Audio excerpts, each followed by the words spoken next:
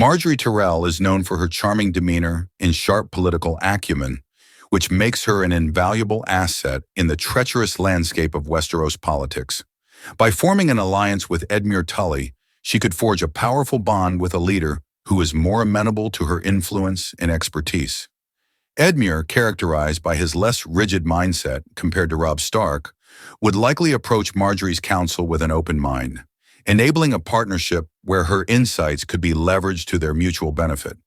The flexibility in Edmure's character is crucial, especially in the ever-changing political arena of the Seven Kingdoms. Unlike Robb, who often adheres firmly to the ideals of honor and nobility, Edmure might be more willing to consider pragmatic solutions that deviate from strict codes of conduct. This willingness to adapt means that Margaery's strategies, be they subtle or direct, could find fertile ground with Edmure, allowing both individuals to navigate complex alliances and rivalries effectively. In contrast, while Robb Stark's noble intentions are commendable, his resistance to political scheming can become a double-edged sword. His adherence to honor often leads him to make decisions based purely on principles, which, as observed during his conduct in the war, can result in significant tactical errors. For instance, his failure to fully appreciate the intricacies of his allies and enemies led to missed opportunities and ultimately costly mistakes that had dire consequences for his campaign. With Edmure at the helm, Margaery's keen political savvy could flourish without the constraints that might stifle her creativity with Robb. Her understanding of political alliances, manipulation, and the art of persuasion would be not only appreciated, but actively solicited, a dynamic that would allow her to play a pivotal role in shaping strategies. This collaboration could also enhance Edmure's standing among the nobility and provide the Riverlands with a stronger voice in broader political matters, ensuring their interests align more closely with both the Reach and the North. An alliance between Edmure Tully and Margaery Tyrell indeed represents a strategic calculus that recognizes the geographic and logistical advantages of their respective domains.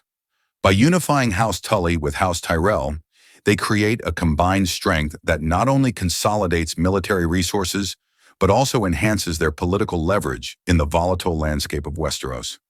Edmure's control over the Riverlands offers strategic access to critical waterways, which serve as crucial transportation routes for moving troops and resources.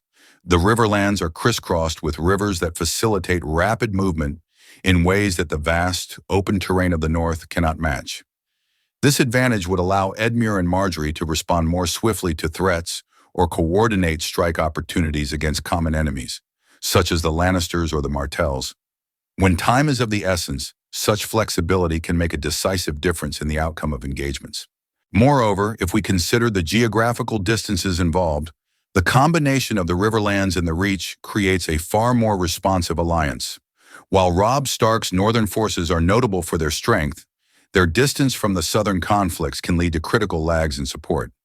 For example, if House Tyrell were to face an immediate threat, the mobilization of northern forces from Winterfell would take significantly longer than a Tully-led response from Riverrun, which is much closer to Highgarden. This delay could be catastrophic, as seen when Riverrun was already under siege by the Lannisters when Robb's northern forces finally arrived. The proximity of Edmure's domain allows for the kind of swift coordination that could either reinforce defenses rapidly or usher in reinforcements when the situation grows dire. Additionally, the waterways also host other advantages, such as the ability to transport troops more discreetly or to enable surprise attacks against enemy forces. In a terrain as politically and militarily complex as Westeros, these logistical nuances cannot be underestimated. Furthermore, the cultural and social dynamics of the Riverlands and the Reach complement each other. Both have substantial leadership roles in the politics of the realm, and this partnership could foster unity, create a stronger collective identity, and mobilize others within the two regions. Their combined influence can lead to more powerful alliances with other factions, drawing in additional key players who might hesitate to align with a more distant northern power. This diversity in alliances could act as a stabilizing force against the tides of conflict, aligning interests that otherwise may stand in opposition. In essence, the partnership of Edmure Tully and Margaery Tyrell not only capitalizes on the individual strengths of their houses, but also creates a truly formidable alliance capable of exerting substantial influence and rapid military response across Westeros. It presents a strategic flexibility that Robb Stark and Margaery's alliance would struggle to replicate, thus positioning the Riverlands and the Reach as a critical power block amidst the shifting landscape of power in the realm.